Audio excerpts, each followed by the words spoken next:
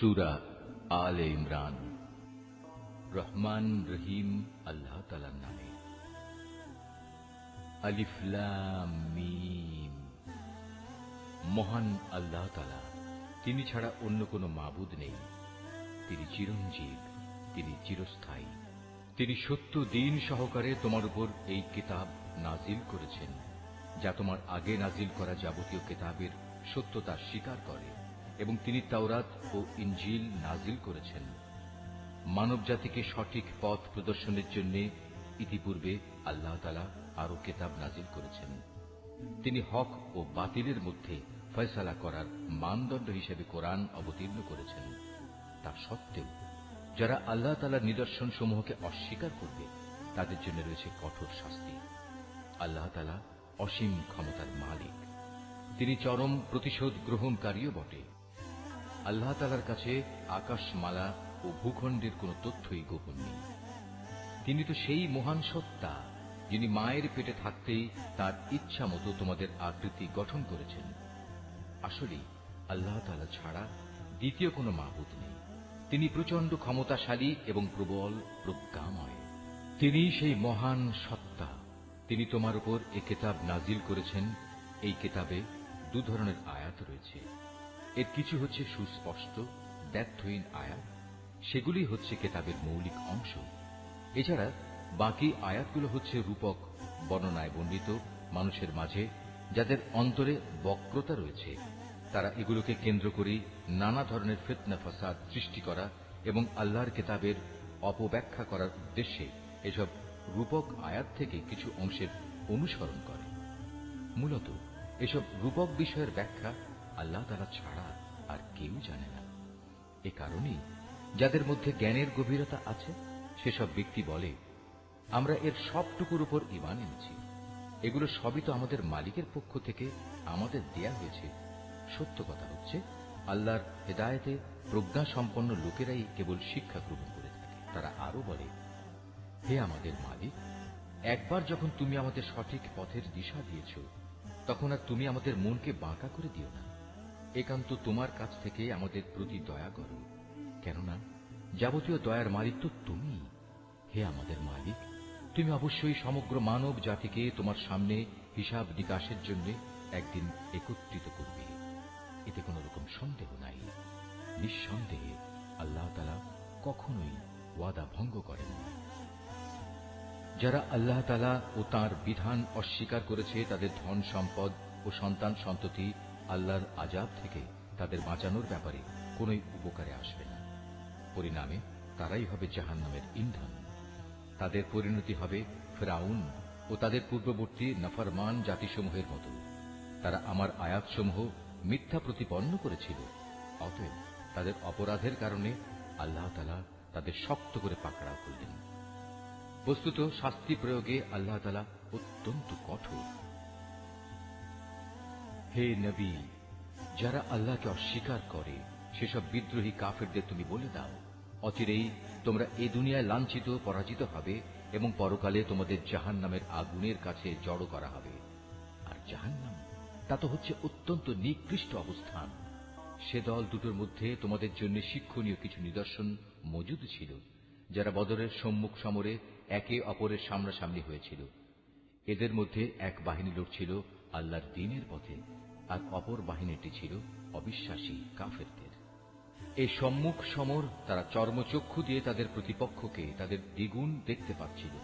তারপরেও আল্লাহ তাআলা যাকে চান তাকে সাহায্য ও বিজয় দান করেন। এসব ঘটনার মাঝে সেসব লোকের জন্য অনেক কিছু শেখার আছে, যারা অন্তর্দৃষ্টি সম্পন্ন। নারী জাতি, সন্তান সন্ততি, কাঁড়ি কাঁড়ি সোনা রূপা, পছন্দসই ঘোড়া, গৃহপালিত জন্তু ও জমিনের ফসল সব সময়ই মানব সন্তানের জন্য লোভনীয় করে রাখা হয়েছে। এসব হচ্ছে পার্থিব জীবনের ভোগের সামগ্রী মাত্র। স্থায়ী জীবনের উৎকৃষ্ট আশ্রয় তো একমাত্র আল্লাহ তাআলার কাছে রয়েছে। হে নবী, তুমি তাদের বলো, আমি কি তোমাদের এর চাইতে উৎকৃষ্ট কোনো বস্তুর কথা বলবো? হ্যাঁ, সে উৎকৃষ্ট বস্তু হচ্ছে তাদের জন্য যারা আল্লাহকে ভয় করে। এমন সব লোকদের জন্য তাদের মালিকের কাছে রয়েছে মনোরম জান্নাত, যার পাদদেশ দিয়ে প্রবাহমান থাকবে অগণিত ঝর্ণাধারা এবং তারা সেখানে অনাদিকাল থাকবে। আরো থাকবে তাদের পূত পবিত্র সঙ্গী ও সঙ্গিনীরা। সর্বোপরি থাকবে আল্লাহ তাআলার অনাবিল সন্তুষ্টি। আল্লাহ তাআলা নিজ বান্দাদের কার্যকলাপের উপর সর্বদা সতর্ক দৃষ্টি রাখেন। যারা বলে, হে আমাদের মালিক, আমরা অবশ্যই তোমার উপর ঈমান এনেছি, অতঃপর আমাদের যা গুনাহখাতা হয়ে যায় তা তুমি মাফ করে দাও এবং শেষ বিচারের দিন তুমি আমাদের জাহান্নামের আগুন থেকে বাঁচিয়ে দিও। এরা হচ্ছে ধৈর্যশীল এবং সত্যাশ্রয়ী, এরাই অনুগত এবং দানশীল। সর্বোপরি এরা হচ্ছে শেষ রাতে কিংবা উষা লগ্নে ক্ষমা প্রার্থনাকারী।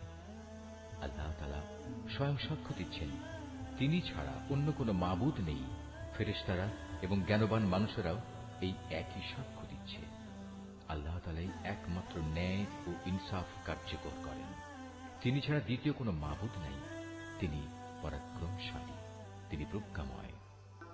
নিঃসন্দেহে মানুষের জীবন বিধান হিসেবে আল্লাহ তাআলার কাছে ইসলামই একমাত্র গ্রহণযোগ্য ব্যবস্থা। যাদের আল্লাহর পক্ষ থেকে কিতাব দেওয়া হয়েছিল, তারা এই জীবন বিধান থেকে বিচ্যুত হয়ে নিজেরা একে অপরের প্রতি বিদ্বেষ ও হিংসার বশবর্তী হয়ে বিভিন্ন দলে উপদলে বিভক্ত হয়ে মতানৈক্যে লিপ্ত হয়ে পড়েছিল। তাও আবার তাদের কাছে আল্লাহর পক্ষ থেকে সঠিক জ্ঞান আসার পর যে ব্যক্তি আল্লাহর বিধান অস্বীকার করবে, তার জানা উচিত অবশ্যই আল্লাহ তাআলা দ্রুত হিসাব গ্রহণকারী।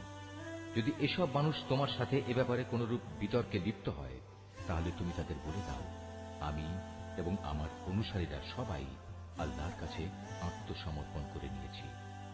অতঃপর যাদের আল্লাহর পক্ষ থেকে কিতাব দেওয়া হয়েছে এবং যারা কোনো কিতাব না পেয়ে মূর্খ থেকে গেছে, তাদের সবাইকে জিজ্ঞাসা করো, তোমরা কি সবাই আল্লাহর কাছে আত্মসমর্পণ করেছ?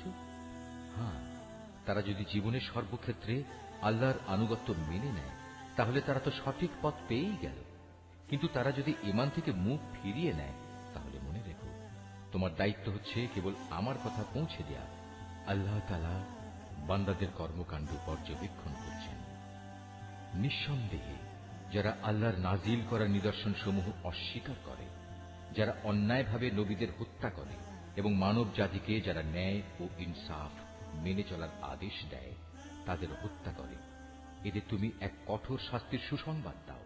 এদের অবস্থা হচ্ছে দুনিয়া আখিরাত উভয় স্থানেই এদের কর্ম ব্যর্থ নিষ্ফল হয়ে গেছে, আর এ কারণেই এদের কোথাও কোনো সাহায্যকারী থাকবে না। হে নবী, তুমি তাদের সম্পর্কে চিন্তা করে দেখেছ কি, যাদের আমার কিতাবের কিছু অংশ দেয়া হয়েছিল, অতঃপর তাদের যখন আল্লাহর কিতাবের সে অংশের দিকে ডাকা হলো যা তাদের মধ্যকার অমীমাংসিত বিষয়সমূহের মীমাংসা করে দেবে, তখন তাদের একদল লোক এ হেদায়েত থেকে মুখ ফিরিয়ে নিল। মূলত এরাই হচ্ছে সেসব লোক যারা আল্লাহর ফয়সালা থেকে পরান্মুখ থাকে। এটা এ কারণে যে এ নির্বোধ লোকেরা বলে, দোজখের আগুন আমাদের শরীর কখনো স্পর্শ করবে না, আর যদি একান্ত করেও তা হবে হাতে গোনা কয়েকটি দিনের ব্যাপার মাত্র। মূলত তাদের নিজেদের ধর্ম বিশ্বাসের মাঝে নিজেদের মন গড়া ধারণাই তাদের প্রতারিত করে রেখেছে। অতঃপর সেদিন অবস্থান কেমন হবে, যেদিন আমি সমগ্র মানব সন্তানকে একত্রিত করব, যেদিন সম্পর্কে কোনো দ্বিধা সন্দেহের অবকাশ নেই। সেদিন প্রত্যেক মানব সন্তানকেই তার নিজস্ব অর্জিত বিনিময় পুরোপুরি দিয়ে দেয়া হবে এবং সেদিন কারো উপর বিন্দুমাত্র জুলুম করা হবে না। হে নবী, তুমি বলো, হে রাজাধিরাজ মহান আল্লাহ, তুমি যাকে ইচ্ছা তাকে সাম্রাজ্য দান করো, আবার যার কাছ থেকে চাও তা কেড়েও নিয়ে যাও। যাকে ইচ্ছা তুমি সম্মানিত করো, যাকে ইচ্ছা তুমি অপমানিত করো। সব রকমের কল্যাণ তো তোমার হাতেই নিবদ্ধ। নিশ্চয়ই তুমি সবকিছুর উপর একক ক্ষমতাবান। তুমি রাতকে দিনের মাঝে শামিল করো, আবার দিনকে রাতের ভেতর শামিল করো। প্রাণহীন বস্তু থেকে তুমি যেমন প্রাণের আবির্ভাব ঘটাও, আবার প্রাণহীন অসাড় বস্তু বের করে আনো প্রাণ সর্বস্ব জীব থেকে, এবং যাকে ইচ্ছা তুমি বিনা হিসেবে রিজিক দান করো। ঈমানদার ব্যক্তিরা কখনো ঈমানদারদের বদলে অবিশ্বাসী কাফেরদের নিজেদের বন্ধু বানাবে না। যদি তোমাদের কেউ তা করে, তবে আল্লাহর সাথে তার কোনো সম্পর্কই থাকবে না। হ্যাঁ, তাদের কাছ থেকে কোনো আশঙ্কা থাকলে তোমরা নিজেদের বাঁচাতে গেলে ভিন্ন কথা। আল্লাহ তাআলা তো বরং তার নিজের ব্যাপারেই তোমাদের ভয় দেখাচ্ছেন বেশি, কারণ তোমাদের আল্লাহর কাছেই ফিরে যেতে হবে।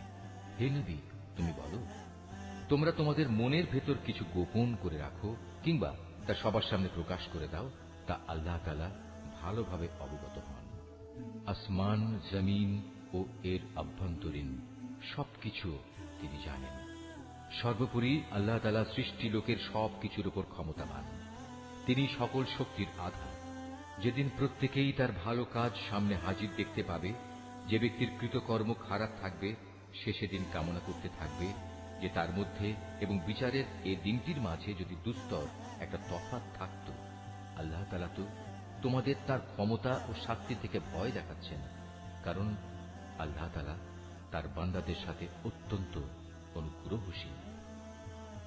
হে নবী, তুমি বলো, তোমরা যদি আল্লাহ তাআলাকে ভালোবাসো তাহলে আমার কথা মেনে চলো, তাহলে আল্লাহ তাআলাও তোমাদের ভালোবাসবেন এবং তিনি তোমাদের গুনাহ খাতা মাফ করে দেবেন। আল্লাহ তাআলা অত্যন্ত ক্ষমাশীল ও দয়াবান। তুমি আরো বলো, তোমরা আল্লাহ তাআলা ও তার রাসূলের কথা মেনে চলো। এ আহ্বান সত্ত্বেও তারা যদি এ থেকে মুখ ফিরিয়ে নেয়, তুমি জেনে রেখো আল্লাহ তাআলা কখনো কাফেরদের পছন্দ করেন না। অবশ্যই আল্লাহ তাআলা আদম, নূহ এবং ইব্রাহিমের বংশধর ও ইমরানের বংশধরদের সৃষ্টিগুলির উপর নেতৃত্ব করার জন্য বাছাই করে নিয়েছেন। নেতৃত্বে সমাসীন এদের সন্তানরা বংশানুক্রমে পরস্পরের বংশধর। আল্লাহ তাআলা সবার কথাবার্তা শুনতে পান এবং সব কথা তিনি জানেন। স্মরণ করো, যখন ইমরানের স্ত্রী বলল, হে আমার মালিক, আমার গর্ভে যে সন্তান আছে তাকে আমি স্বাধীনভাবে তোমার দ্বীনের কাজ করার জন্য উৎসর্গ করলাম। তুমি আমার পক্ষ থেকে এ সন্তানটিকে কবুল করে নাও। অবশ্যই তুমি সব কথা শোনো এবং সব বিষয়ে জানো। অতঃপর একসময় যখন ইমরানের স্ত্রী সেই সন্তান জন্ম দিল, তখন সে বলল, হে আমার মালিক, এ কি? আমি তো দেখছি একটি মেয়ে সন্তান জন্ম দিয়েছি। একটা মেয়েকে কিভাবে আমি তোমার পথে উৎসর্গ করব?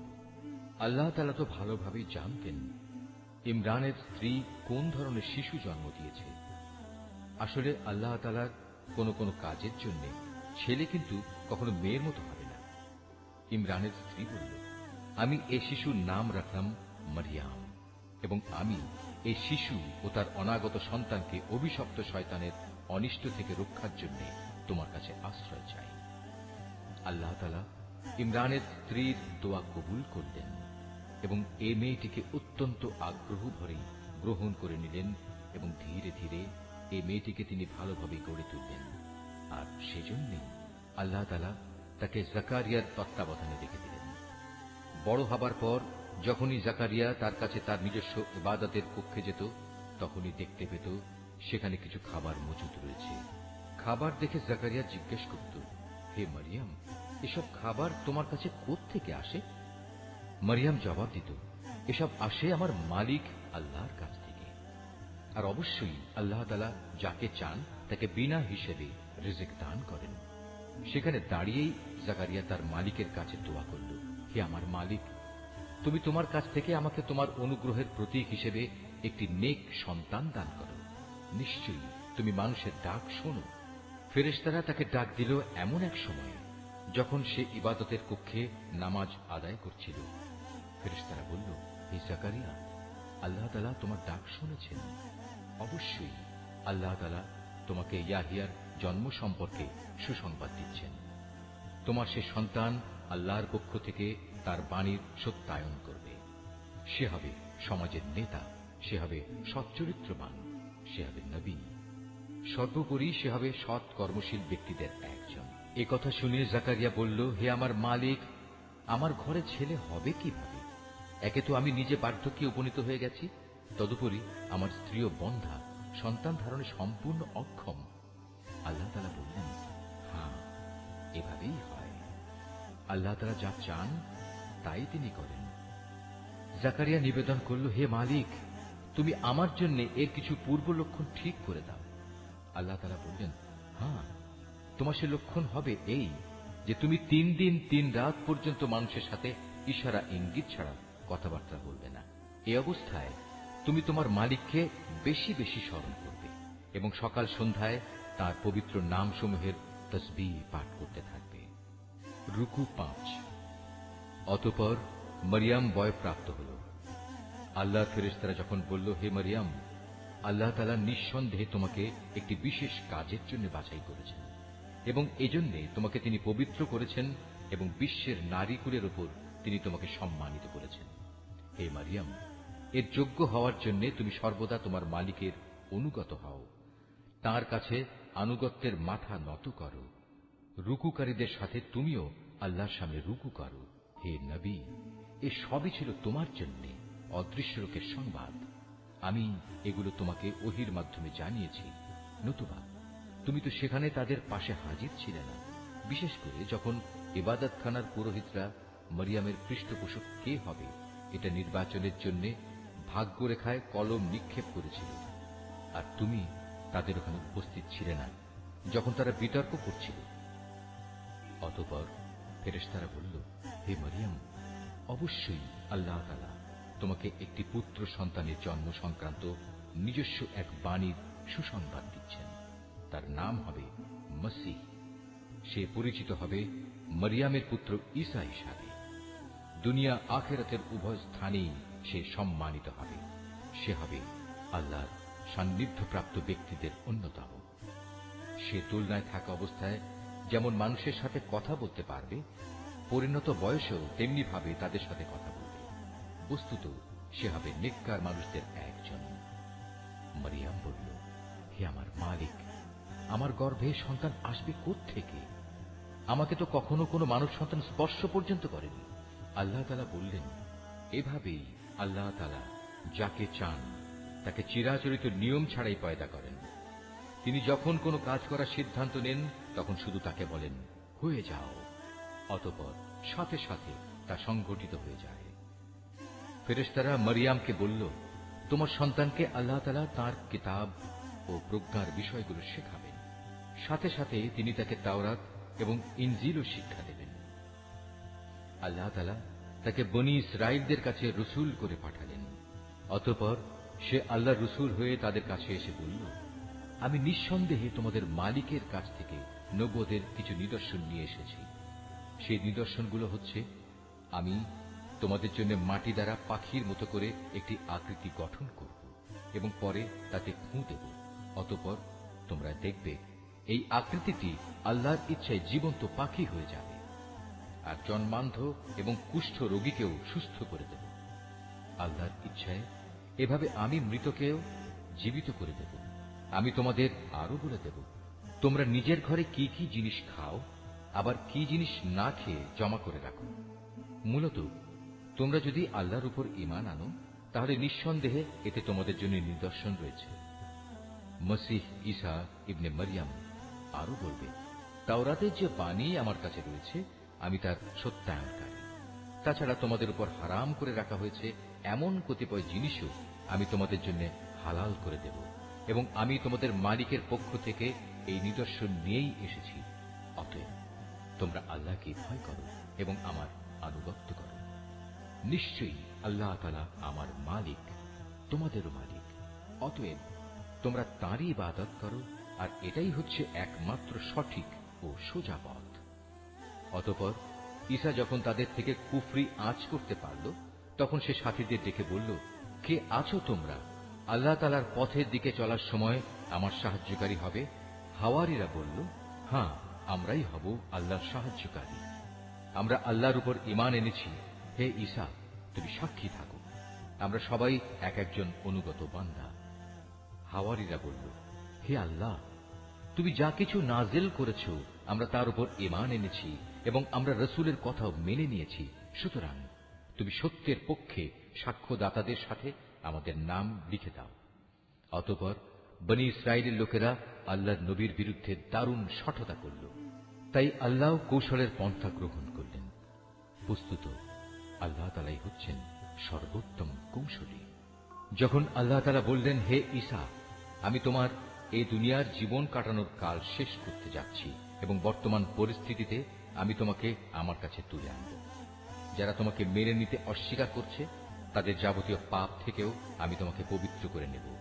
আর যারা তোমাকে অনুসরণ করছে তাদের আমি কিয়ামত পর্যন্ত এই অস্বীকারীদের উপর বিজয়ী করে রাখব। অতঃপর তোমাদের সবাইকে আমার কাছেই ফিরে আসতে হবে। সেদিন ঈসা সম্পর্কিত যেসব বিষয়ে তোমরা মতবিরোধে লিপ্ত ছিলে তার সবকটি বিষয়ই আমি তোমাদের মাঝে মীমাংসা করে দেব। যারা আমার বিধান অস্বীকার করেছে আমি তাদের এ দুনিয়ায় অপমান ও আখিরাতে আগুনে দগ্ধ হওয়ার কঠোরতর শাস্তি দেব। এ থেকে বাঁচানোর মতো সেদিন তাদের কোনো সাহায্যকারী থাকবে না। অপরদিকে যারা আল্লাহর উপর ঈমান এনেছে এবং ভালো কাজ করেছে অতঃপর আল্লাহ তাদের সবাইকে তাদের পাওনা পুরোপুরি আদায় করে দেবেন। আল্লাহ তাআলা জালেমদের কখনো ভালোবাসেন না। এই কিতাব যা আমি তোমাকে পড়ে শোনাচ্ছি তা হচ্ছে আল্লাহর নিদর্শন ও জ্ঞানপূর্ণ উপদেশ বিশেষ। সত্য কথা হচ্ছে আল্লাহ তাআলার কাছে ঈসার উদাহরণ হচ্ছে প্রথম মানুষ আদমের মতো। তাকেও আল্লাহ তাআলা মাতা পিতা ছাড়া সরাসরি মাটি থেকে পয়দা করেছেন। তারপর তাকে বললেন, এবার তুমি মানুষে পরিণত হয়ে যাও। সাথে সাথে তা মানুষ হয়ে গেল। এ হচ্ছে তোমার মালিক আল্লাহর পক্ষ থেকে আসা সত্য প্রতিবেদন। অতঃপর তোমরা কখনো সেসব দলে সামিল হও না যারা ঈসার ব্যাপারে নানা রকম সন্দেহ পোষণ করে। এ বিষয়ে আল্লাহর কাছ থেকে সঠিক জ্ঞান আসার পরেও যদি কেউ তোমার সাথে খামোখা ঝগড়া বিবাদ ও তর্ক করতে চায় তাহলে তুমি তাদের বলে দাও, এসো আমরা সবাই এ ব্যাপারে একমত হই। আমরা আমাদের ছেলেদের ডাকব এবং তোমাদের ছেলেদেরও ডাকব। একইভাবে আমরা ডাকব আমাদের নারীদের এবং তোমাদের নারীদেরও। সাথে সাথে আমরা আমাদের নিজেদের এবং তোমাদেরও একসাথে জড়ো হওয়ার জন্য ডাক দেব। অতঃপর সবাই এক জায়গায় জড়ো হলে আমরা বিনীতভাবে আবেদন করব, আমাদের মধ্যে যে মিথ্যাবাদী তার উপর আল্লাহর অভিশাপ বর্ষিত হোক। এ হচ্ছে সঠিক ও নির্ভুল ঘটনা। আল্লাহ তাআলা ছাড়া দ্বিতীয় কোনো মাবুদ নাই। নিঃসন্দেহে আল্লাহ তাআলা পরম শক্তিশালী ও প্রজ্ঞাময়। অতঃপর তারা যদি এ চ্যালেঞ্জ থেকে মুখ ফিরিয়ে নেয় তাহলে তারা যেন জেনে রাখে আল্লাহ তাআলা কলহ সৃষ্টিকারীদের ভালো করেই জানেন। হে নবী, তুমি বলো, হে কিতাবধারীরা, এসো আমরা উভয় একমত হই এমন এক কথায় যা আমাদের কাছে এক ও অভিন্ন, এবং সে কথাটি হচ্ছে আমরা উভয়ই আল্লাহ তাআলা ছাড়া অন্য কারো ইবাদত করব না এবং তার সাথে অন্য কিছুকে অংশীদার বানাবো না। সর্বোপরি এক আল্লাহ তাআলা ছাড়া আমরা আমাদের মাঝেও একে অপরকে প্রভু বলে মেনে নেব না। অতঃপর তারা যদি এ থেকে মুখ ফিরিয়ে নেয় তাহলে তাদের তুমি বলে দাও, তোমরা সাক্ষী থেকো, আমরা আল্লাহর সামনে আনুগত্যের মাথা নত করে দিয়েছি। তুমি আরো বলো, হে কিতাবধারীরা, তোমরা ইব্রাহিম সম্পর্কে আমাদের সাথে অযথা কেন তর্ক করো, অথচ তোমরা জানো তাওরাত ও ইনজিল তার অনেক পরে নাজিল করা হয়েছে। তোমরা কি একথা বুঝতে পারছো না? হ্যাঁ, এর কয়েকটি বিষয়ে তোমাদের হয়তো কিছু কিছু জানাশোনা ছিল এবং সে বিষয়ে তো তোমরা তর্ক বিতর্কও করলে, কিন্তু যেসব বিষয়ে তোমাদের কোনো জ্ঞানই নেই সেসব বিষয়ে তোমরা বিতর্কে লিপ্ত হচ্ছ কেন? আল্লাহ তাআলা তো সবকিছু জানেন, তোমরা কিছুই জানো না। সঠিক ঘটনা হচ্ছে ইব্রাহিম না ছিল ইহুদি না ছিল খ্রিস্টান, বরং সে ছিল একজন একনিষ্ঠ মুসলিম।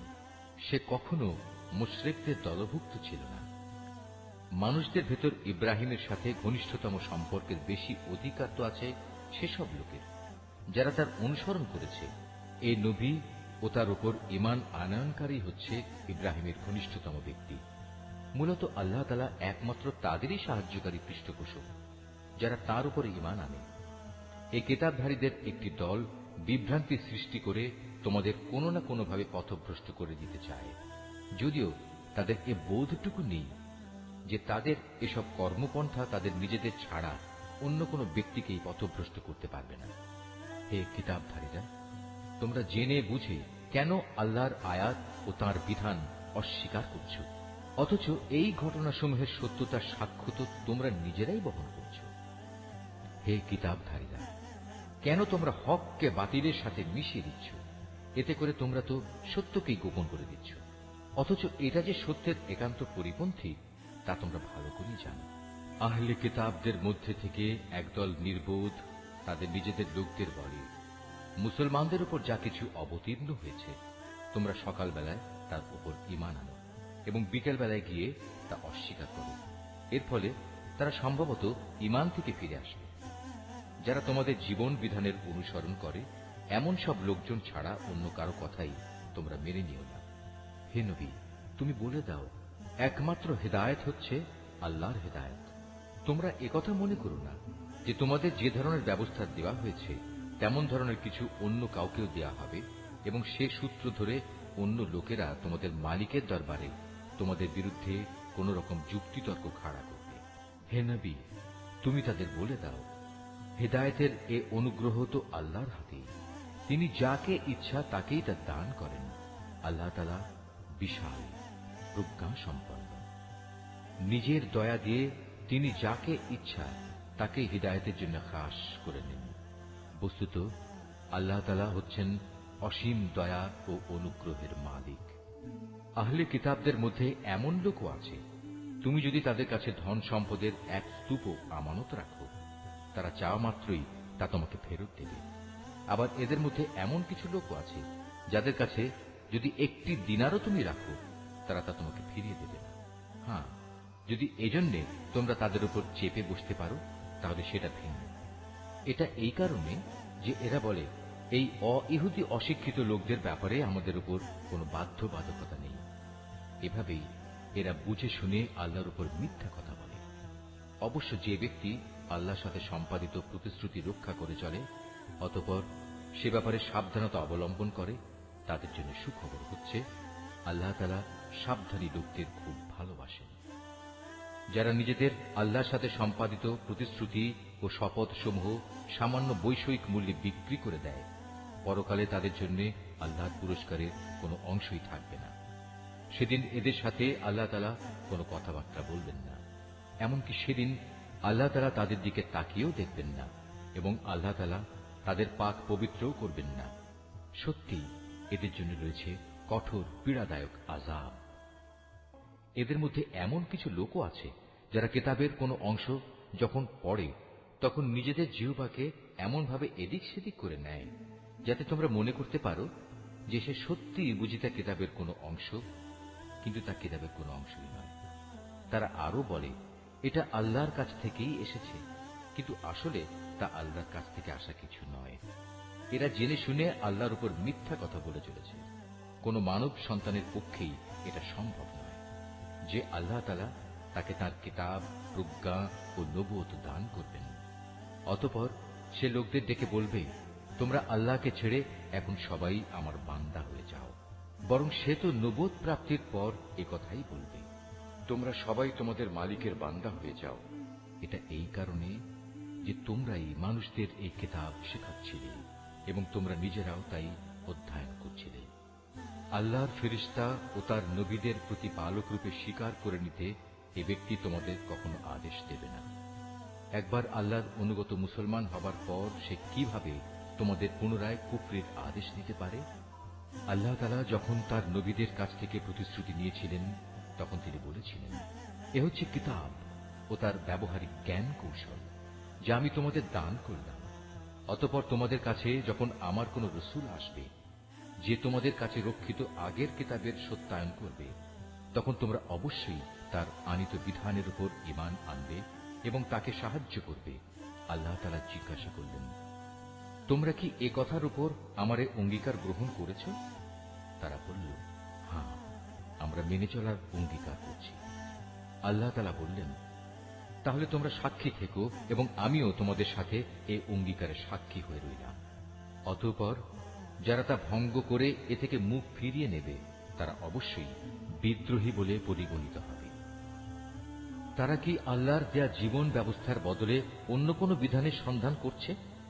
অথচ আসমান জমিনে যা কিছু আছে, ইচ্ছায় হোক কিংবা অনিচ্ছায় হোক, আল্লাহ তাআলার বিধানের সামনে আত্মসমর্পণ করে আছে এবং প্রত্যেককে তো তাঁর কাছেই ফিরে যেতে হবে। হে নবী, তুমি বলো, আমরা আল্লাহর উপর ঈমান এনেছি আমাদের উপর যা নাজিল করা হয়েছে তার উপর, ইব্রাহিম, ইসমাইল, ইসহাক, ইয়াকুব ও তাদের অন্যান্য বংশধরদের প্রতি যা কিছু নাজিল করা হয়েছে তার উপরও আমরা ঈমান এনেছি। আমরা আরো ঈমান এনেছি মুসা, ঈসা এবং অন্য নবীদের তাদের মালিকের পক্ষ থেকে যা কিছু দেওয়া হয়েছে তার উপরও। আল্লাহর এ নবীদের কারো মাঝেই আমরা কোনো ধরনের তারতম্য করি না। মূলত আমরা সবাই হচ্ছি আল্লাহর কাছে আত্মসমর্পণকারী মুসলমান। যদি কেউ ইসলাম ছাড়া নিজের জন্য অন্য কোনো জীবন বিধান অনুসন্ধান করে, তবে তার কাছ থেকে সে উদ্ভাবিত ব্যবস্থা কখনো গ্রহণ করা হবে না। পরকালে সে চরম ব্যর্থ হবে। বলো, যারা ঈমানের আলো পাওয়ার পর কুফরি করেছে, আল্লাহ তাআলা তাদের কিভাবে আবার আলোর পথ প্রদর্শন করবেন? অথচ এর আগে এরাই সাক্ষ্য দিয়েছিল যে আল্লাহর রসুল সত্য এবং এ রসুলের মাধ্যমেই এদের কাছে উজ্জ্বল নিদর্শন সমূহ এসেছিল। আসলে আল্লাহ তাআলা কখনো সীমা লঙ্ঘনকারী ব্যক্তিদের সঠিক পথ প্রদর্শন করেন না। এসব সীমা লঙ্ঘনজনিত কার্যকলাপের একমাত্র প্রতিদান হিসেবে তাদের উপর আল্লাহ তাআলা তাঁর ফেরেশতা ও অন্য সব মানুষের অভিশাপ বর্ষিত হবে। সে অভিশপ্ত স্থান হচ্ছে জাহান্নাম। সেখানে তারা অনাদিকাল ধরে পড়ে থাকবে।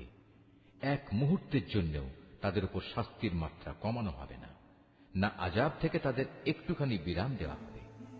তবে তাদের কথা আলাদা, যারা এসব কিছুর পর তওবা করেছে এবং তারপর নিজেদের সংশোধন করে নিয়েছে। আল্লাহ তাআলা অবশ্যই ক্ষমাশীল ও পরম দয়ালু। কিন্তু যারা একবার ঈমান আনার পর কুফরির পথ অবলম্বন করেছে, অতঃপর তারা এই বেঈমানি কার্যকলাপ দিন দিন বাড়াতেই থেকেছে, আল্লাহর দরবারে তাদের তওবা কখনো কবুল হবে না, কারণ এ ধরনের লোকেরাই হচ্ছে পথভ্রষ্ট। রুকু 10।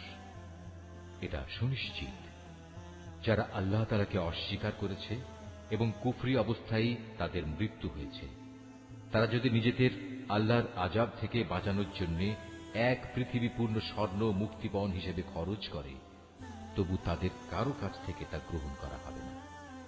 বস্তুত এরাই হচ্ছে সেসব হতভাগ্য ব্যক্তি যাদের জন্য রয়েছে মর্মন্তুদ আযাব, আর সেদিন তাদের কোনো সাহায্যকারীও থাকবে না। তোমরা কখনো যথার্থ নেকি অর্জন করতে পারবে না যতক্ষণ না তোমরা তোমাদের ভালোবাসার জিনিস আল্লাহর পথে ব্যয় করবে। মূলত তোমরা যা কিছুই ব্যয় করো, আল্লাহ তাআলা তা জানেন।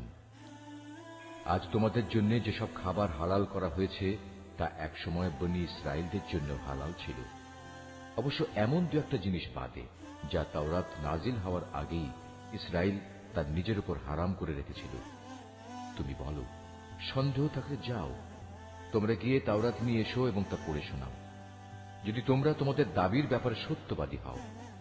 যারা এর পরেও আল্লাহর উপর মিথ্যা আরোপ করে, নিঃসন্দেহে তারা বড় জালেম। তুমি বলো, আল্লাহ তাআলা সত্য কথা বলেছেন, অতএব তোমরা সবাই নিষ্ঠার সাথে ইব্রাহিমের মতাদর্শ অনুসরণ করো। আর ইব্রাহিম কখনো আল্লাহর সাথে অংশীবাদীদের দলে শামিল ছিল না।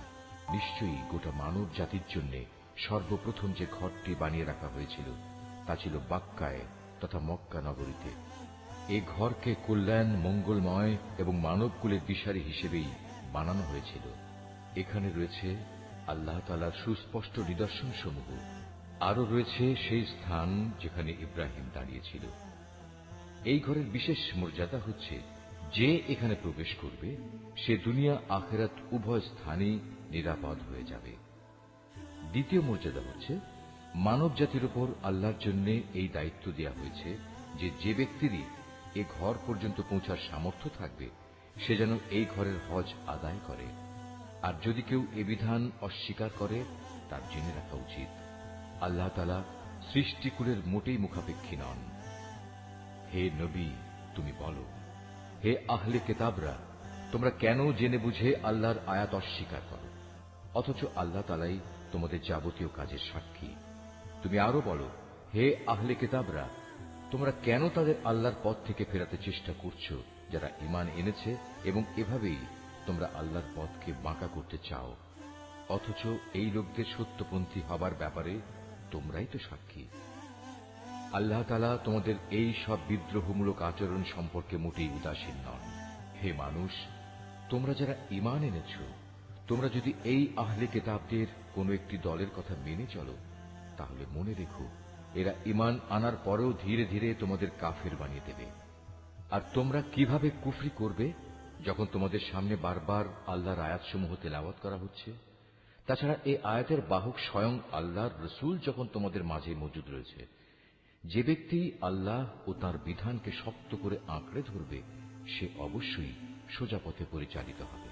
হে মানুষ, তোমরা যারা ঈমান এনেছ আল্লাহকে ভয় করো, ঠিক যতটুকু ভয় তাকে করা উচিত। আল্লাহর কাছে সম্পূর্ণ আত্মসমর্পণকারী না হয়ে তোমরা কখনো মৃত্যুবরণ করো না। তোমরা সবাই মিলে আল্লাহর রশিকে শক্ত করে আঁকড়ে ধরো এবং কখনো পরস্পর বিচ্ছিন্ন হও না। তোমরা তোমাদের উপর আল্লাহর সেই নিয়ামতের কথা স্মরণ করো যখন তোমরা একে অপরের দুশমন ছিলে। অতঃপর আল্লাহ তাআলা তাঁর দ্বীনের বন্ধন দিয়ে তোমাদের একের জন্য অপরের মনে ভালোবাসার সঞ্চার করে দিলেন। অতঃপর যুগ যুগান্তরের শত্রুতা ভুলে তোমরা আল্লাহর অনুগ্রহে একে অপরের ভাই হয়ে গেলে, অথচ তোমরা ছিলে হানাহানির অগ্নিকুণ্ডের প্রান্ত সীমায়। অতঃপর সেখান থেকে আল্লাহ তাআলা তার রহমত দিয়ে তোমাদের উদ্ধার করলেন। আল্লাহ তাআলা এভাবেই তার নিদর্শনসমূহ তোমাদের কাছে স্পষ্ট করে বর্ণনা করেন, যাতে করে তোমরা সঠিক পথের সন্ধান পেতে পারো। তোমাদের মধ্য থেকে এমন একটি দল থাকা উচিত যারা মানুষকে কল্যাণের দিকে ডাকবে, সত্য ও ন্যায়ের আদেশ দেবে, আর অসত্য ও অন্যায় কাজ থেকে তাদের বিরত রাখবে। অতঃপর যারা এই দলে শামিল হবে সত্যিকার অর্থে তারাই সাফল্যমণ্ডিত হবে। তোমরা কখনো তাদের মতো হয়ো না যাদের কাছে আল্লাহর পক্ষ থেকে সুস্পষ্ট নিদর্শন আসার পরেও তারা বিভিন্ন দলে উপদলে বিভক্ত হয়ে পড়েছে এবং নিজেদের মধ্যে নানা ধরনের মতানৈক্য সৃষ্টি করেছে। তাদের জন্য কঠোর শাস্তি রয়েছে। সে কিয়ামতের দিন নিজেদের নেক আমল দেখে কিছু সংখ্যক চেহারা শুভ্র সমুজ্জ্বল হয়ে যাবে, আবার কিছু সংখ্যক মানুষের চেহারা ব্যর্থতার নথিপত্র দেখার পর কালো ও বিশ্রী হয়ে পড়বে। সুতরাং যাদের মুখ সেদিন কালো হয়ে যাবে, জাহান্নামের প্রহরীরা তাদের জিজ্ঞেস করবে, ঈমানের নিয়ামত পাওয়ার পরও কি তোমরা কুফরির পথ অবলম্বন করেছিলে? অতঃপর তোমরা নিজেদের কুফরির প্রতিফল হিসেবে এ আযাব উপভোগ করতে থাকো। আর যাদের চেহারা আলোকোজ্জ্বল হবে তারা সেদিন আল্লাহ তাআলার অফুরন্ত দয়ার আশ্রয়ে থাকবে, তারা সেখানে থাকবে চিরদিন। এর সবকিছুই হচ্ছে আল্লাহর নিদর্শন। যথাযথভাবে আমি সেগুলো তোমাকে পড়ে শোনাচ্ছি, কেননা আল্লাহ তাআলা তার আয়াতসমূহ গোপন রেখে এবং পরে সেজন্য শাস্তির বিধান করে সৃষ্টিকুলের উপর কোনো জুলুম করতে চান না। মূলত আসমানসমূহ ও জমিনে যা কিছু আছে সবই আল্লাহর জন্য। সবকিছুকে একদিন আল্লাহর দিকে ফিরিয়ে দেয়া হবে। তোমরাই হচ্ছ দুনিয়ার সর্বোত্তম জাতি। সমগ্র মানব জাতির কল্যাণের জন্যই তোমাদের উত্থান। তোমাদের দায়িত্ব হচ্ছে তোমরা দুনিয়ার মানুষদের সৎ কাজের আদেশ দেবে এবং অসৎ কাজ থেকে বিরত রাখবে। আর তোমরা নিজেরাও আল্লাহর উপর পুরোপুরি ঈমান আনবে। আহলে কিতাবরা যদি সত্যি সত্যি ঈমান আনত তাহলে এটা তাদের জন্য কতই না ভালো হতো। তাদের মধ্যে কিছু কিছু ঈমানদার ব্যক্তিও রয়েছে, তবে তাদের অধিকাংশই হচ্ছে সত্যত্যাগী লোক। সামান্য কিছু দুঃখ কষ্ট দেয়া ছাড়া তারা তোমাদের কখনো কোনো ক্ষতি করতে পারবে না। তারা যদি কোনো সময় তোমাদের সাথে সম্মুখ সমরে লিপ্ত হয় তাহলে তারা পৃষ্ঠ প্রদর্শন করবে, অতঃপর তাদের কোন রকম সাহায্য করা হবে না। যেখানেই এদের পাওয়া যাবে সেখানেই এদের অপমানিত ও লাঞ্ছিত করে রাখা হবে। তবে আল্লাহ তাআলার নিজের প্রতিশ্রুতি ও মানুষের প্রতিশ্রুতির মাধ্যমে কিছুটা নিরাপত্তা পাওয়া গেলে সেটা ভিন্ন। এরা আল্লাহর ক্রোধ ও গজবের পাত্র হয়েছে। এদের ওপর দারিদ্র্য ও লাঞ্ছনা চাপিয়ে দেওয়া হয়েছে। এর কারণ ছিল এরা আল্লাহ তাআলা ও তাঁর বিধানকে অস্বীকার করেছে। আল্লাহর নবীদের এরা অন্যায়ভাবে হত্যা করেছে। মূলত এ হচ্ছে তাদের বিদ্রোহ ও সীমা লঙ্ঘনের ফল। তারা আহলে কিতাবরা আবার সবাই একরকম নয়। তাদের মধ্যে এমন কিছু লোক আছে যারা সত্য ও ন্যায়ের উপর অবিচল হয়ে দাঁড়িয়ে আছে, যারা সারা রাত আল্লাহর কিতাব পাঠ করে এবং নামাজ পড়ে। তারা আল্লাহ তাআলা ও শেষ বিচার দিনের উপর ঈমান রাখে এবং মানুষদের তারা ন্যায় কাজের আদেশ দেয় ও অন্যায় কাজ থেকে নিষেধ করে। সৎ কাজে এরা প্রতিযোগিতা করে। এ ধরনের মানুষেরাই হচ্ছে মূলত নেক লোকদের অন্তর্ভুক্ত। তারা যা কিছু ভালো কাজ করবে প্রতিদান দেওয়ার সময় তা কখনো অস্বীকার করা হবে না, কারণ আল্লাহ তাআলা পরেজগার লোকদের ভালো করেই জানেন। একথা সুনিশ্চিত যারা আল্লাহ তাআলাকে অস্বীকার করে তাদের ধন সম্পদ সন্তান সন্ততি আল্লাহ তাআলার মোকাবেলায় তাদের কোনোই উপকারে আসবে না, বরং তারা হবে নিশ্চিত জাহান্নামের অধিবাসী। সেখানে অনন্তকাল তারা পড়ে থাকবে। এ ধরনের লোকেরা এ দুনিয়ার জীবনে যা খরচ করে তার উদাহরণ হচ্ছে যারা নিজেদের উপর অবিচার করেছে সেই দলের শস্য ক্ষেত্রের উপর দিয়ে প্রবাহমান হিম শীতল তীব্র বাতাসের মতো, যা তাদের শস্যক্ষেত্র বরবাদ করে দিয়ে গেল। মূলত আল্লাহ তাআলা তাদের উপর কোনোই অবিচার করেননি, বরং কুফরির পন্থা অবলম্বন করে এরা নিজেরাই নিজেদের উপর জুলুম করেছে। হে ঈমানদার ব্যক্তিরা, তোমরা কখনো নিজের দলভুক্ত লোকজন ছাড়া অন্য কাউকে নিজেদের অন্তরঙ্গ বন্ধু হিসেবে গ্রহণ করো না, কেননা এরা তোমাদের অনিষ্ট সাধনের কোনো পথেই অনুসরণ করতে দ্বিধা করবে না। তারা তো তোমাদের ক্ষতি ও ধ্বংসই কামনা করে। তাদের জঘন্য প্রতিহিংসা ও বিদ্বেষ তাদের মুখ থেকেই এখন প্রকাশ পেতে শুরু করেছে। অবশ্য তাদের অন্তরে লুকানো হিংসা ও বিদ্বেষ বাইরের অবস্থার চাইতে মারাত্মক। আমি সব ধরনের নিদর্শনই তোমাদের সামনে খোলাখুলি বলে দিচ্ছি। তোমাদের যদি সত্যি জ্ঞান বুদ্ধি থাকে তাহলে তোমরা এই সম্পর্কে সতর্ক হতে পারবে। এরা হচ্ছে সেসব মানুষ যাদের তোমরা ভালোবাসো, কিন্তু তারা তোমাদের মোটেই ভালোবাসে না। তোমরা তো তোমাদের আগে আমার নাজেল করা সব কয়টি কিতাবের উপরও ঈমান আনো, আর তারা তো তোমাদের কিতাবকে বিশ্বাসই করে না। এই মুনাফিক লোকগুলো যখন তোমাদের সাথে সাক্ষাৎ করে তখন বলে, হ্যাঁ, আমরা তোমাদের কিতাবকে মানি। আবার যখন এরা একান্তে নিজেদের লোকদের কাছে চলে যায় তখন নিজেদের ক্রোধের বশবর্তী হয়ে এরা তোমাদের সাফল্যের ওপর নিজেদের আঙুল কামড়াতে শুরু করে। তুমি তাদের বলো, যাও, নিজেদের ক্রোধের আগুনে নিজেরাই পুড়ে মরো। অবশ্যই আল্লাহ তাআলা এ মুনাফিকদের মনের ভেতর লুকিয়ে থাকা যাবতীয় চক্রান্তমূলক বিষয় সম্পর্কে সম্যক অবগত আছেন। তাদের অবস্থা হচ্ছে, তোমাদের কোনো কল্যাণ হলে তার কারণে তাদের খারাপ লাগে, আবার তোমাদের কোনো অকল্যাণ দেখে তারা আনন্দে ফেটে পড়ে। এ প্রতিকূল অবস্থায় যদি তোমরা ধৈর্য ধারণ করতে পারো এবং নিজেরা সাবধান হয়ে চলতে পারো তাহলে তাদের চক্রান্ত ও ষড়যন্ত্র তোমাদের কিছুই ক্ষতি করতে পারবে না। তাদের যাবতীয় কর্মকাণ্ডই আল্লাহ তাআলা পরিবেষ্টন করে আছেন। হে নবী, স্মরণ করো যখন তুমি খুব ভোরবেলায় তোমার আপনজনের কাছ থেকে বিদায় নিয়ে মোমেনদের যুদ্ধের ঘাঁটিসমূহে মোতায়েন করছিলে। তখন তুমি জানতে আল্লাহ তাআলা সবকিছু শোনেন এবং তার বান্দাদের তিনি ভালো করেই জানেন।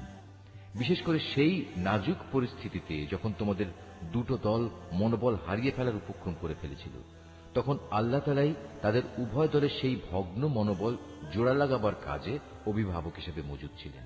আর আল্লাহর উপর যারা ঈমান আনে তাদের তো সর্বাবস্থায় তাঁর উপরে ভরসা করা উচিত। এই ভরসা করার কারণেই বদরের যুদ্ধে আল্লাহ তাআলা তোমাদের বিজয় ও সাহায্য দান করেছিলেন। অথচ তোমরা জানো তোমরা কত দুর্বল ছিলে। অতএব আল্লাহকে ভয় করো। আশা করা যায় তোমরা আল্লাহর কৃতজ্ঞতা আদায় করতে সক্ষম হবে। সে মুহূর্তের কথাও স্মরণ করো যখন তুমি মোমেনদের বলেছিলে, যুদ্ধে বিজয় লাভ করার জন্য তোমাদের মালিক যদি আসমান থেকে 3000 ফেরেশতা পাঠিয়ে তোমাদের সাহায্য করেন তাহলে তোমাদের বিজয়ের জন্য তা কি যথেষ্ট হবে না? অবশ্যই তোমরা যদি ধৈর্য ধারণ করো এবং শয়তানের চক্রান্ত থেকে বেঁচে থাকতে পারো। এ অবস্থায় তারা শত্রু বাহিনী যদি তোমাদের উপর দ্রুত গতিতে আক্রমণ করে বসে তাহলে তোমাদের মালিক প্রয়োজনে 5000 চিহ্নিত ফেরেশতা দিয়েও তোমাদের সাহায্য করবেন। আসলে এ সংখ্যাটা বলে আল্লাহ তাআলা তোমাদের জন্য একটি সুসংবাদ দিয়েছেন। নতুবা বিজয়ের জন্য তো তিনি একাই যথেষ্ট। আল্লাহ তাআলা চেয়েছেন যেন এর ফলে তোমাদের মন কিছুটা প্রশান্ত ও আশ্বস্ত হতে পারে। আর সাহায্য ও বিজয় তা তো পরাক্রান্ত প্রজ্ঞাময় আল্লাহ তাআলার পক্ষ থেকেই আসে। তিনিই সর্বজ্ঞ। আল্লাহ তাআলা এর দ্বারা কাফেরদের এক দলকে নিশ্চিহ্ন করে দিতে চান, অথবা তাদের একাংশকে তিনি এর মাধ্যমে লাঞ্ছিত করে দিতে চান, যেন তারা ব্যর্থ হয়ে যুদ্ধের ময়দান থেকে ফিরে যায়। হে নবী, এ ব্যাপারে তোমার কিছুই করার নেই। আল্লাহ তাআলা চাইলে তাদের উপর দয়া পরবশ হবেন কিংবা চাইলে তাদের কঠোর শাস্তি দেবেন, কেননা এরা ছিল স্পষ্টত জালেম। আসমান সমূহ ও জমিনে যা কিছু আছে তার সব হচ্ছে আল্লাহ তাআলা। তিনি যাকে ইচ্ছা ক্ষমা করে দেবেন, যাকে ইচ্ছা শাস্তি দেবেন। আল্লাহ তাআলা অত্যন্ত ক্ষমাশীল ও পরম দয়ালু। হে মানুষ, তোমরা যারা ইসলামকে একটি পূর্ণাঙ্গ বিধান হিসেবে বিশ্বাস করেছ, চক্রবৃদ্ধি হারে সুদ খেও না, এবং তোমরা আল্লাহ তাআলাকে ভয় করো। আশা করা যায় তোমরা কল্যাণ লাভ করতে পারবে। জাহান্নামের আগুনকে তোমরা ভয় করো, যা তৈরি করে রাখা হয়েছে তাদের জন্য, যারা একে অস্বীকার করেছে। তোমরা আল্লাহ তাআলা ও তাঁর রাসূলের কথা মেনে চলো। আশা করা যায় তোমাদের উপর দয়া করা হবে। তোমরা তোমাদের মালিকের পক্ষ থেকে ক্ষমা পাওয়ার কাজে প্রতিযোগিতা করো, আর সেই জান্নাতের জন্যও প্রতিযোগিতা করো, যার প্রশস্ততা আকাশ ও পৃথিবী সমান। আর এই বিশাল জান্নাত প্রস্তুত করে রাখা হয়েছে সেসব ভাগ্যবান লোকদের জন্য, যারা আল্লাহকে ভয় করে। সচ্ছল হোক কিংবা অসচ্ছল, সর্বাবস্থায় যারা আল্লাহর পথে নিজেদের ধন সম্পদ ব্যয় করে, যারা নিজেদের ক্রোধ সংবরণ করে এবং মানুষের অপরাধ সমূহ যারা ক্ষমা করে দেয়। আসলে ভালো মানুষদের আল্লাহ তাআলা হামেশাই ভালোবাসেন। ভালো মানুষ হচ্ছে তারা যারা কখনো কোনো অশ্লীল কাজ করে ফেললে কিংবা এর দ্বারা নিজেদের উপর নিজেরা জুলুম করে বসলে সাথে সাথেই আল্লাহকে স্মরণ করে এবং গুনাহের জন্য আল্লাহর ক্ষমা প্রার্থনা করে। কেননা আল্লাহ তাআলা ছাড়া আর কে আছে যে তাদের গুনাহ মাফ করে দিতে পারে? তদুপরি এরা জেনে বুঝে নিজেদের গুনার উপর অটল হয়েও বসে থাকে না। এই সে বৈশিষ্ট্যমণ্ডিত মানুষগুলো, মালিকের পক্ষ থেকে তাদের প্রতিদান হবে আল্লাহ তাআলা তাদের ক্ষমা করে দেবেন, আর তাদের এমন এক জান্নাত দেবেন যার তলদেশ দিয়ে ঝর্ণাধারা বইতে থাকবে। এই জান্নাতে নেককার লোকেরা অনন্তকাল ধরে অবস্থান করবে। সৎ কর্মশীল ব্যক্তিদের জন্য আল্লাহর পক্ষ থেকে কত সুন্দর প্রতিদানের ব্যবস্থা রাখা হয়েছে। তোমাদের আগেও বহু জাতির বহু উদাহরণ ছিল, যা এখন অতীত হয়ে গেছে। সুতরাং এদের পরিণতি দেখার জন্য তোমরা পৃথিবীতে ঘুরে বেড়াও এবং দেখো আল্লাহ তাআলা ও তাঁর বিধান মিথ্যা প্রতিপন্নকারীদের পরিণতি কি হয়েছিল। বস্তুত এটি হচ্ছে মানব জাতির জন্য একটি সুস্পষ্ট ব্যাখ্যা, এবং আল্লাহ তাআলাকে যারা ভয় করে এটি তাদের জন্য একটি সুস্পষ্ট পথ নির্দেশ ও সদুপদেশ বই কিছুই নয়। তোমরা হতোদ্যম হও না, চিন্তিত হও না। তোমরা যদি সত্যিকার অর্থে ঈমানদার হও তাহলে তোমরাই বিজয়ী হবে। তোমাদের উপর যদি কোনো সাময়িক আঘাত আসে এতে মনক্ষুণ্ণ হবার কি আছে? এ ধরনের আঘাত তো তাদের উপরও এসেছে। আর এভাবেই আমি মানুষের মাঝে তাদের উত্থান পতনের দিনগুলো পালাক্রমে অদল বদল করাতে থাকি, যাতে করে আল্লাহ তাআলা এ কথাটা জেনে নিতে পারেন যে কে সত্যিকার অর্থে আল্লাহর উপর ঈমান রাখে, এবং এর মাধ্যমে তোমাদের মাঝখান থেকে কিছু শহীদও আল্লাহ তাআলা তুলে নিতে চান। মূলত আল্লাহ তাআলা কখনো জালেমদের পছন্দ করেন না। এর মাধ্যমে তিনি মূলত ঈমানদার বান্দাদের পরিশুদ্ধ করে কাফেরদের নাস্তানাবুদ করে দিতে চান। তোমরা কি মনে করো তোমরা এমনি এমনি বেহেশতে প্রবেশ করে যাবে? অথচ আল্লাহ তাআলা পরীক্ষার মাধ্যমে একথা জেনে নেবেন না যে কে তার পথে জিহাদ করতে প্রস্তুত হয়েছে এবং কে এ বিপদে কঠোর ধৈর্য ধারণ করতে পেরেছে? তোমরা মৃত্যুর মুখোমুখি হওয়ার আগে থেকেই তা কামনা করছিলে, আর এখন তো দেখতে পাচ্ছ তোমরা নিজেদের চর্ম চোখে। মুহাম্মদ একজন রাসূল ছাড়া অতিরিক্ত কিছুই নয়। তার আগেও বহু রাসূল গত হয়ে গেছে, তারা সবাই মৃত্যু মুখে পতিত হয়েছে। তাই সে যদি আজ মরে যায় অথবা তাকে যদি কেউ মেরে ফেলে, তাহলে তোমরা কি তার আনিত হেদায়েত থেকে মুখ ফিরিয়ে নেবে? আর যে ব্যক্তি এ থেকে মুখ ফিরিয়ে নেয় সে কখনো আল্লাহর দ্বীনের কোন রকম ক্ষতি সাধন করতে পারবে না। আল্লাহ তাআলা অচিরেই কৃতজ্ঞ বান্দাদের প্রতিফল দান করবেন। কোন প্রাণী আল্লাহর সিদ্ধান্ত ও অনুমতি ছাড়া মরবে না। আল্লাহ তাআলার কাছে প্রত্যেকটি প্রাণীরই মৃত্যুর দিনক্ষণ সুনির্দিষ্ট হয়ে আছে। এর পরেও যে ব্যক্তি পার্থিব পুরস্কারের প্রত্যাশা করে, আমি তাকে এ দুনিয়াতেই তার কিছু অংশ দান করব। আর যে ব্যক্তি আখিরাতের পুরস্কারের ইচ্ছা পোষণ করবে, আমি তাকে সে চিরন্তন পাওনা থেকেই এর প্রতিফলন দান করব, এবং অচিরেই আমি আমার প্রতি কৃতজ্ঞদের যথার্থ প্রতিফল দান করব। আল্লাহর আরো অনেক নবী এখানে এসেছিল, যুদ্ধ করেছে আল্লাহর পথে। তার সাথে আরো যুদ্ধ করেছে অনেক সাধক ও জ্ঞানবান ব্যক্তি। আল্লাহর পথে তাদের উপর যত বিপদ মুসিবতি এসেছে তাতে কোনোদিনই তারা হতাশ হয়ে পড়েনি, তারা দুর্বলও হয়নি, বাতিলের সামনে তারা মাথাও নত করেনি। এ ধরনের ধৈর্যশীল ব্যক্তিদেরই আল্লাহ তাআলা ভালোবাসেন। তাদের মুখে এছাড়া অন্য কথা ছিল না যে তারা বলেছিল, হে আমাদের মালিক, তুমি আমাদের যাবতীয় গুনাহখাতা মাফ করে দাও, আমাদের কাজকর্মের সব বাড়াবাড়ি তুমি ক্ষমা করে দাও, এবং বাতিলের মোকাবেলায় তুমি আমাদের কদম মজবুত রাখো। হক ও বাতিলের সম্মুখ সমরে কাফেরদের উপর তুমি আমাদের বিজয় দাও। অতঃপর আল্লাহ তাআলা এই নেক বান্দাদের দুনিয়ার জীবনেই ভালো প্রতিফল দিয়েছেন এবং পরকালীন জীবনেও তিনি তাদের জন্য উত্তম পুরস্কার দিয়েছেন। আল্লাহ তাআলা নেককার বান্দাদের ভালোবাসেন।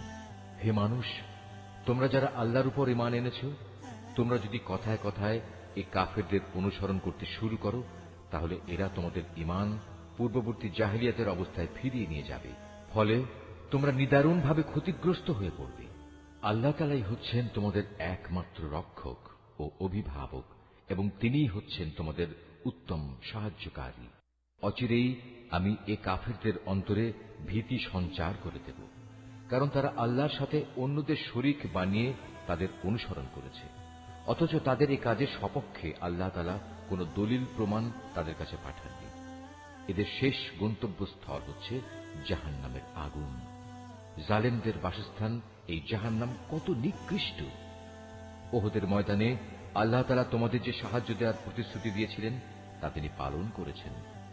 যুদ্ধের প্রথম দিকে তোমরা আল্লাহর অনুমতি ও সাহায্য নিয়ে তাদের নির্মূল করে যাচ্ছিলে।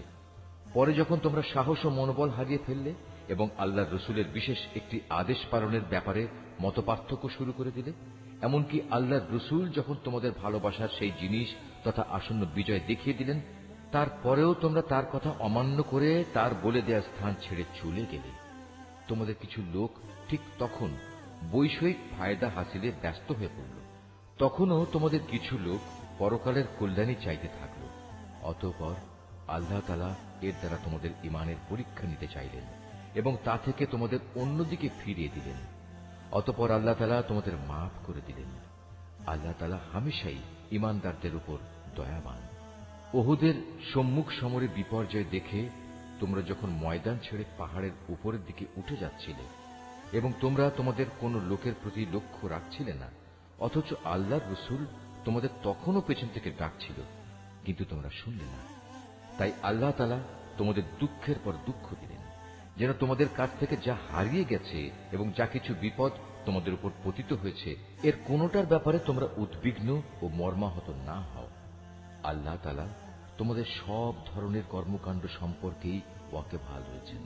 এরপর আল্লাহ তাআলা তোমাদের উপর এমন সন্তোষজনক পরিস্থিতি নাজেল করে দিলেন, এর ফলে তোমাদের একদল লোক তন্দ্রাচ্ছন্ন হয়ে পড়ে, আর একদল লোক যাদের নিজেরাই নিজেদের উদ্বিগ্ন করে রেখেছিল, তারা তাদের জাহেলি যুগের ধারণা অনুযায়ী আল্লাহ তাআলার সম্পর্কে অন্যায় ধারণা করতে থাকে। এক পর্যায়ে তারা এও বলতে শুরু করে, যুদ্ধ পরিচালনার কাজে কি আমাদের কোনো ভূমিকা আছে? হে নবী, তুমি তাদের বলো, এ ব্যাপারে আমারও কোনো ভূমিকা নেই। ক্ষমতা ও কর্তৃত্বের সবটুকু আল্লাহর হাতে। এই দলের লোকেরা তাদের মনের ভেতর সেসব কথাবার্তা গোপন করে রেখেছে, তা তোমার সামনে খোলাখুলি প্রকাশ করে না। তারা বলে, এ কাজে যদি আমাদের কোনো ভূমিকা থাকত, তাহলে আজ আমরা এখানে নিহত হতাম না। তুমি তাদের বলে দাও, যদি আজ তোমরা সবাই ঘরের ভেতরেও থাকতে, তবু নিহত হওয়া যাদের অবধারিত ছিল, তারা তাদের মরণের বিছানার দিকে বের হয়ে আসত।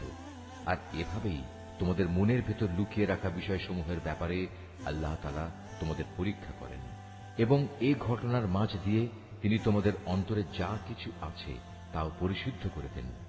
তোমাদের মনের কথা সম্পর্কে আল্লাহ তাআলা সম্যক ওয়াকিবহাল রয়েছেন। দুটি বাহিনী যেদিন সম্মুখ সমরে একে অপরের মুখোমুখি হয়েছিল, সেদিন যারা ময়দান থেকে পালিয়ে গিয়েছিল, তাদের একাংশের অর্জিত কাজের জন্য শয়তানই তাদের পদস্খলন ঘটিয়ে দিয়েছিল। অতঃপর তারা অনুতপ্ত হলে আল্লাহ তাআলা তাদের ক্ষমা করে দিলেন। আল্লাহ তাআলা অত্যন্ত ক্ষমাশীল ও পরম ধৈর্যশীল। হে ঈমানদার ব্যক্তিরা, তোমরা কাফেরদের মতো হও না।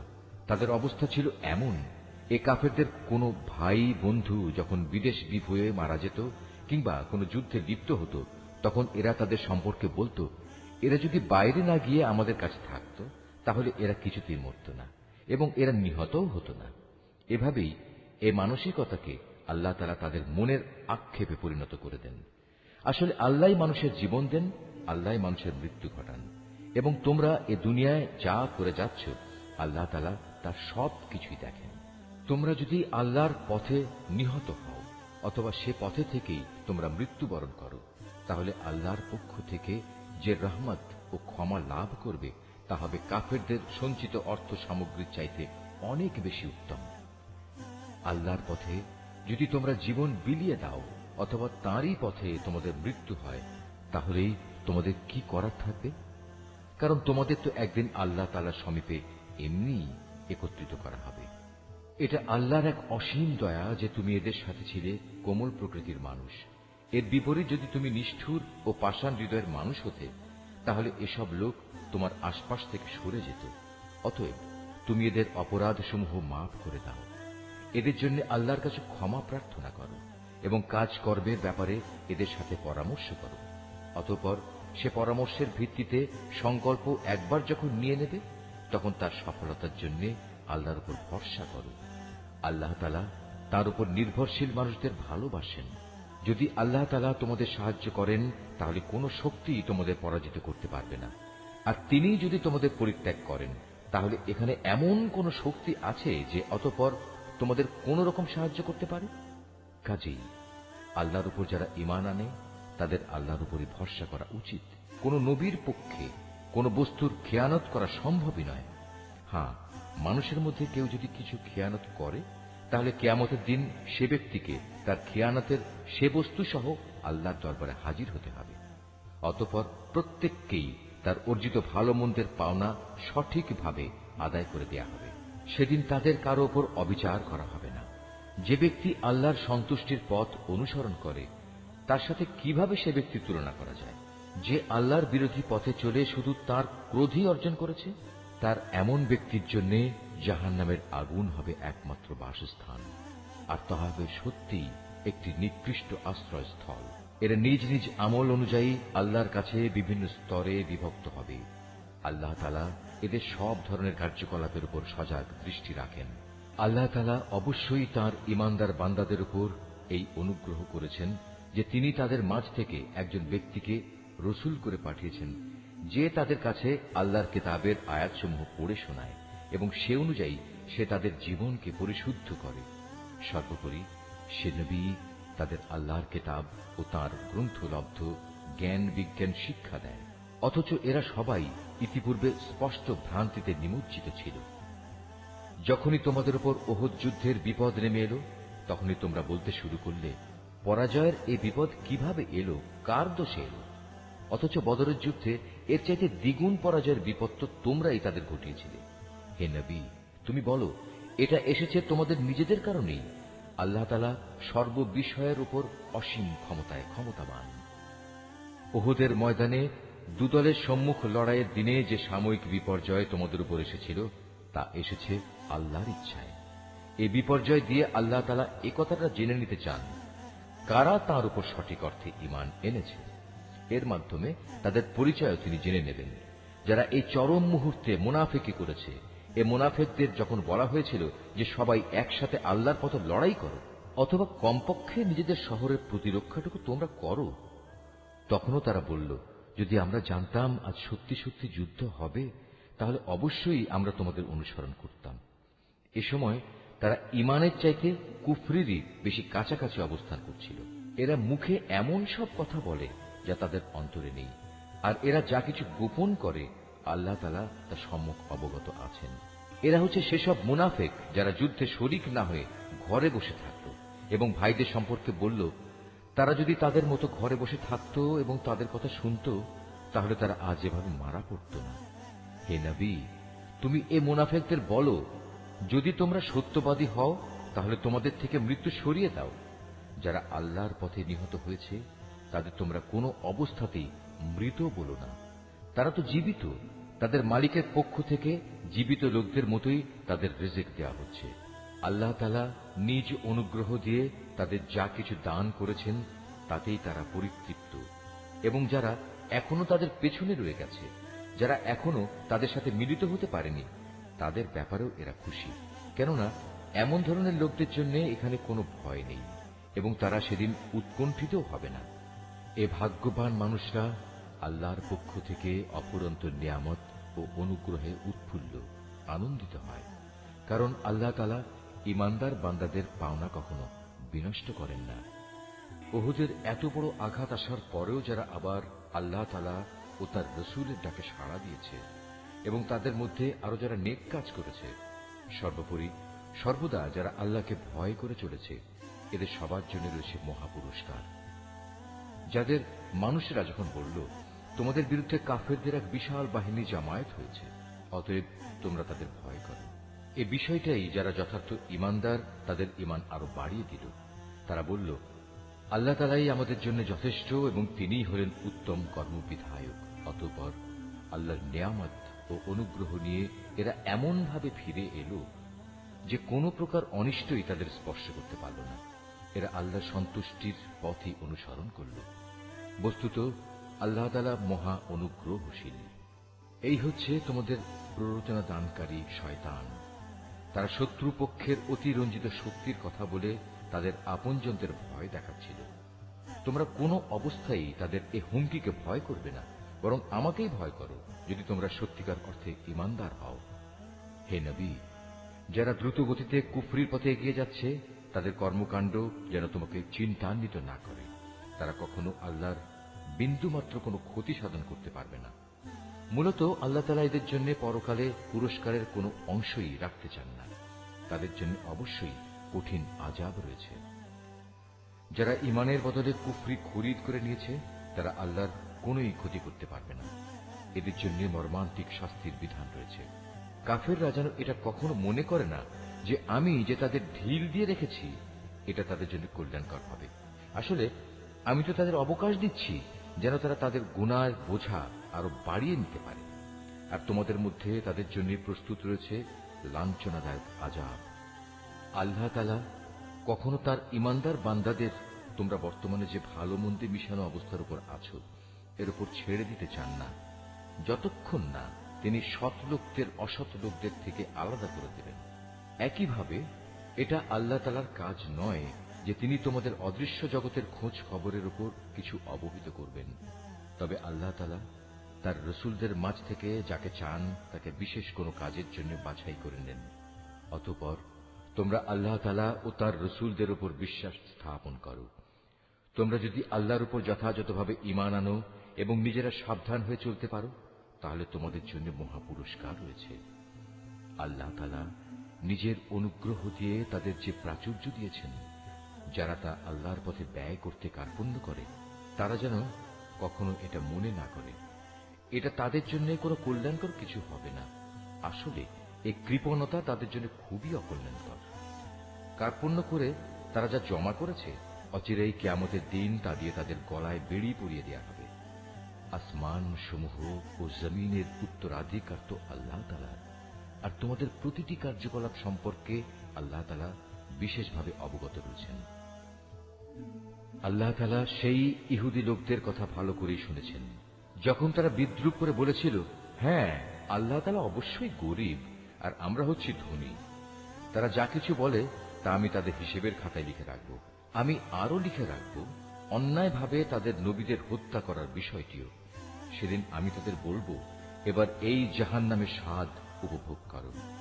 এ আযাব হচ্ছে তোমাদের নিজেদেরই হাতের কামাই যা তোমরা আগেই এখানে পাঠিয়েছ।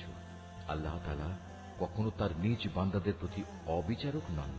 যারা বলে স্বয়ং আল্লাহ তাআলাই তো আমাদের আদেশ দিয়েছেন যেন আমরা কোনো রসুলের উপর ঈমান না আনি যতক্ষণ না সে আমাদের জন্য এমন একটা কোরবানি এনে হাজির করবে যা গায়েব থেকে এক আগুন এসে খেয়ে ফেলবে। হে মুহাম্মদ, তুমি তাদের বলো, হ্যাঁ আমার আগেও তোমাদের কাছে বহু নবী রসুল এসেছে, তারা সবাই উজ্জ্বল নিদর্শন নিয়েই এসেছিল। তোমরা আজ যে কথা বলছো তা সহই তো তারা এসেছিল। তা সত্ত্বেও তোমরা তাদের হত্যা করলে কেন? আজ যদি তোমরা এতই সত্যবাদী হও তাহলে কেন এসব আচরণ করলে? হে মুহাম্মদ, এরা যদি তোমাকে অস্বীকার করে তাহলে এ নিয়ে তুমি উদ্বিগ্ন হও না, কারণ তোমার আগেও এমন বহু নবী রসুল নবুয়তের সুস্পষ্ট দলিল প্রমাণ ও আল্লাহর কাছ থেকে নাজিল করা হেদায়েতের দীপ্তিমান গ্রন্থমালা নিয়ে এসেছিল। তাদেরও এমনি ভাবেই অস্বীকার করা হয়েছিল। প্রত্যেক প্রাণীকেই মরণের স্বাদ ভোগ করতে হবে। অতঃপর তোমাদের জীবনভর কামাইয়ের প্রতিফল কিয়ামতের দিন আদায় করে দেয়া হবে। যাকে জাহান্নামের আগুন থেকে বাঁচিয়ে দেওয়া হবে এবং জান্নাতে প্রবেশ করানো হবে, সেই হবে সফল ব্যক্তি। মনে রেখো, এই যে পার্থিব জীবন, তা বাহ্যিক ছলনার মাল সামানা ছাড়া আর কিছুই নয়। হে ঈমানদার ব্যক্তিরা, নিশ্চয়ই জানমালের ক্ষতি সাধনের মাধ্যমে তোমাদের পরীক্ষা নেওয়া হবে। এই পরীক্ষা দিতে গিয়ে তোমরা অবশ্যই তোমাদের পূর্ববর্তী সম্প্রদায়, যাদের কাছে আল্লাহর কিতাব নাজিল হয়েছিল এবং যারা আল্লাহর সাথে অন্যদের শরীক করেছে, তাদের উভয়ের কাছ থেকে অনেক কষ্টদায়ক কথাবার্তা শুনবে। এই অবস্থায় তোমরা যদি কঠোর ধৈর্য ধারণ করো এবং আল্লাহকে ভয় করে চলো, তাহলে তা হবে অত্যন্ত বড় ধরনের এক সাহসিকতার ব্যাপার। যখন আল্লাহ তাআলা এই কিতাবধারী ব্যক্তিদের কাছ থেকে প্রতিশ্রুতি গ্রহণ করেছিলেন, তিনি তাদের বলেছিলেন, তোমরা একে মানুষদের কাছে বর্ণনা করবে এবং একে তোমরা গোপন করবে না। কিন্তু তারা এ প্রতিশ্রুতি নিজেদের পেছনে ফেলে রাখল এবং অত্যন্ত অল্প মূল্যে তা বিক্রি করে দিল। বড়ই নিকৃষ্ট ছিল যেভাবে তারা সে বেচাকেনার কাজটি করল। এমন সব লোকদের ব্যাপারে তুমি কখনো ভেবো না, যারা নিজেরা যা করে তাতে আনন্দ প্রকাশ করে, আবার নিজেরা যা কখনো করেনি তার জন্য প্রশংসিত হতে ভালোবাসে। তুমি কখনো ভেবো না যে এরা বুঝি আল্লাহর আযাব থেকে অব্যাহতি পেয়ে গেছে। মূলত এদের জন্য আল্লাহর পক্ষ থেকে যন্ত্রণাদায়ক শাস্তির ব্যবস্থা নির্ধারণ করে রাখা হয়েছে। আসমান সমূহ ও জমিনের সার্বভৌমত্ব এককভাবে আল্লাহর জন্য। আল্লাহ তাআলাই সবকিছুর উপর পূর্ণ ক্ষমতাবান। নিঃসন্দেহে আসমান সমূহ ও জমিনের নিখুঁত সৃষ্টি এবং দিবারাত্রির আবর্তনের মধ্যে জ্ঞানবান লোকদের জন্য প্রচুর নিদর্শন রয়েছে। এই জ্ঞানবান লোক হচ্ছে তারা, যারা দাঁড়িয়ে, বসে এবং শুয়ে সর্বাবস্থায় আল্লাহ তাআলাকে স্মরণ করে এবং আসমান সমূহ ও জমিনের এই সৃষ্টি নৈপুণ্য সম্পর্কে চিন্তা গবেষণা করে এবং স্বতঃস্ফূর্তভাবে তারা বলে ওঠে, হে আমাদের মালিক, সৃষ্টি জগতের কোনো কিছুই তুমি অযথা বানিয়ে রাখোনি, তোমার সত্তা অনেক পবিত্র। অতএব তুমি আমাদের জাহান্নামের কঠিন আযাব থেকে নিষ্কৃতি দাও। হে আমাদের মালিক, যাকেই তুমি জাহান্নামের আগুনে প্রবেশ করাবে, অবশ্যই তাকে তুমি অপমানিত করবে, আর সেই অপমানের দিনে জালেমদের জন্য কোন রকম সাহায্যকারী থাকবে না। হে আমাদের মালিক, আমরা শুনতে পেয়েছি একজন আহ্বানকারী মানুষদের ঈমানের দিকে ডাকছে। সে বলছিল, হে মানুষেরা, তোমরা তোমাদের মালিক আল্লাহর উপর ঈমান আনো। হে মালিক, সেই আহ্বানকারীর কথায় অতঃপর আমরা ঈমান এনেছি। হে আমাদের মালিক, তুমি আমাদের অপরাধসমূহ ক্ষমা করে দাও, হিসাবের খাতা থেকে আমাদের দোষ ত্রুটি ও গুনাহসমূহ মুছে দাও। সর্বশেষে তোমার নেক লোকদের সাথে তুমি আমাদের মৃত্যু দাও। হে আমাদের মালিক, তুমি তোমার নবী রাসূলদের মাধ্যমে যেসব পুরস্কারের প্রতিশ্রুতি দিয়েছ তা আমাদের পূর্ণ করে দাও, এবং কিয়ামতের শেষ বিচারের দিন তুমি আমাদের অপমানিত করো না। নিশ্চয়ই তুমি কখনো ওয়াদার বরখেলাপ করো না। অতএব তাদের মালিক এই বলে তাদের আহ্বানে সাড়া দিলেন যে, আমি নরনারী নির্বিশেষে তোমাদের কোনো কাজ কখনো বিনষ্ট করব না। আমি সবার কাজের বিনিময় দেব এবং তোমরা তো একে অপরেরই অংশ। অতএব তোমাদের মাঝে যারা নিজেদের ভিটে মাটি ছেড়ে হিজরত করেছে এবং যারা নিজেদের জন্মভূমি থেকে বিতাড়িত হয়েছে, আমারই পথে যারা নির্যাতিত হয়েছে, সর্বোপরি যারা আমার জন্য লড়াই করেছে এবং আমারই জন্য জীবন দিয়েছে, আমি তাদের গুনাহসমূহ মাফ করে দেব। অবশ্যই আমি এদের এমন জান্নাতে প্রবেশ করাবো যার তলদেশ দিয়ে ঝর্ণাধারা বইতে থাকবে। এ হচ্ছে তাদের জন্য আল্লাহ তাআলার পক্ষ থেকে পুরস্কার, আর আল্লাহ তাআলার কাছেই তো রয়েছে উত্তম পুরস্কার। হে মুহাম্মদ, জনপদ সমূহে যারা আল্লাহ তাআলাকে অস্বীকার করেছে, তাদের দাম্ভিক পদচারণা যেন কোনোভাবেই তোমাকে বিভ্রান্ত করতে না পারে, কেননা এসব কিছু হচ্ছে সামান্য কয়দিনের সামগ্রী মাত্র। অতঃপর তাদের সবারই অনন্ত নিবাস হবে জাহান্নাম, আর জাহান্নাম হচ্ছে নিকৃষ্টতম আবাসস্থল। তবে যারা নিজেদের মালিককে ভয় করে চলে, তাদের জন্য নির্দিষ্ট হয়ে আছে সুরম্য উদ্যানমালা, যার নিচ দিয়ে প্রবাহিত হবে ঝর্ণাধারা। সেখানে তারা অনাদিকাল থাকবে। এ হবে আল্লাহ তাআলার পক্ষ থেকে তাদের জন্য আতিথেয়তা। আর আল্লাহ তাআলার কাছে যা পুরস্কার সংরক্ষিত আছে তা অবশ্যই নেককার লোকদের জন্য অতি উত্তম জিনিস। ইতিপূর্বে আমি যাদের কাছে কিতাব পাঠিয়েছি, সেসব কিতাবধারী লোকদের মাঝে এমন লোক অবশ্যই আছে যারা আল্লাহকে বিশ্বাস করে। তোমাদের এই কিতাবের উপর তারা যেমনি বিশ্বাস করে তেমনি তারা বিশ্বাস করে তাদের উপর প্রেরিত কিতাবের উপরও। এরা আল্লাহর জন্য ভীত, সন্ত্রস্ত ও বিনয়ী বান্দা। এরা আল্লাহর আয়াতকে স্বার্থের বিনিময়ে সামান্য মূল্যে বিক্রি করে না। এরাই হচ্ছে সেসব ব্যক্তি যাদের জন্য তাদের মালিকের কাছ থেকে অগাধ পুরস্কার রয়েছে। নিঃসন্দেহে আল্লাহ তাআলা হচ্ছেন দ্রুত হিসাব সম্পন্নকারী।